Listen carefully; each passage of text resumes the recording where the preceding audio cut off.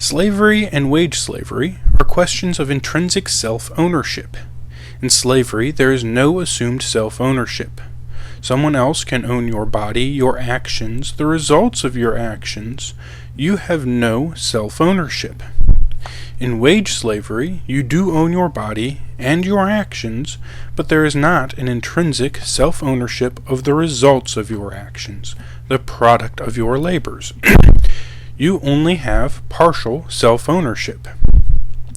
Then in true freedom, you have intrinsic ownership of your body, your mind, your actions, and the results of your actions. All you are and do is yours. While slavery was abolished over 100 years ago, wage slavery is alive and well.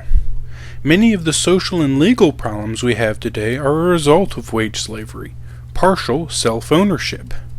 When the fruits of your labor are forcibly taken from you, you do learn that you do not own the results of your actions.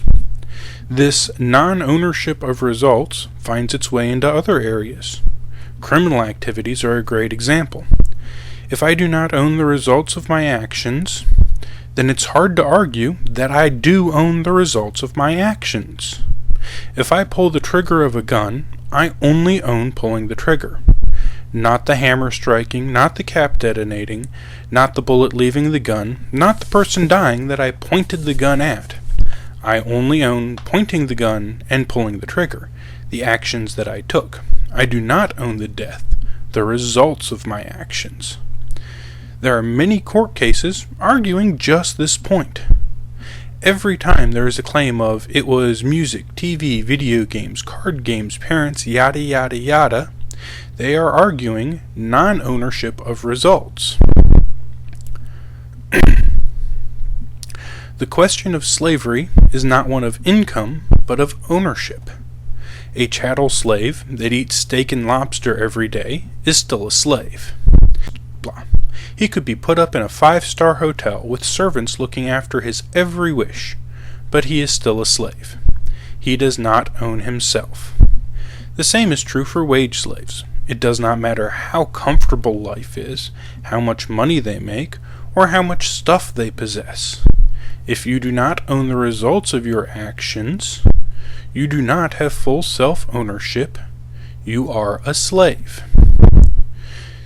The argument of wage slavery can be used against taxes as well. Taxes, specifically income tax, are the government claiming the products of your labor. If you owned the product of your labor, then the government could make no legitimate claim to them. It is only because you do not own the product of your labor, only the labor itself, that the government can lay claim to the product of your labor in the form of taxes. This is not a great argument against sales and use taxes, but it does hold true for income taxes. To argue that taxes are a form of slavery is arguing that wage slavery exists and is a major problem. I make no claims on ideas on how to fix the problem of wage slavery. The liberal ideas on how to fix wage slavery is the source of most debate, and it usually boils down to wealth redistribution. I often see rebuttals to wage slavery arguments that say, since the solution is nonsensical, the problem doesn't exist. Wage slavery is very ingrained in our society, but not formalized in law. The very idea of taxes are based on the idea of wage slavery. You do not own the product of your labor, so the government can claim some of it. The idea of wage work is based on the idea of wage slavery. You only own your labor, not the product of your labor, so the boss can claim the product of your labor. These are so basic in the modern world, I have no clue how to change them. How do you not employ wage slaves in a service industry where there is not a finished good to own?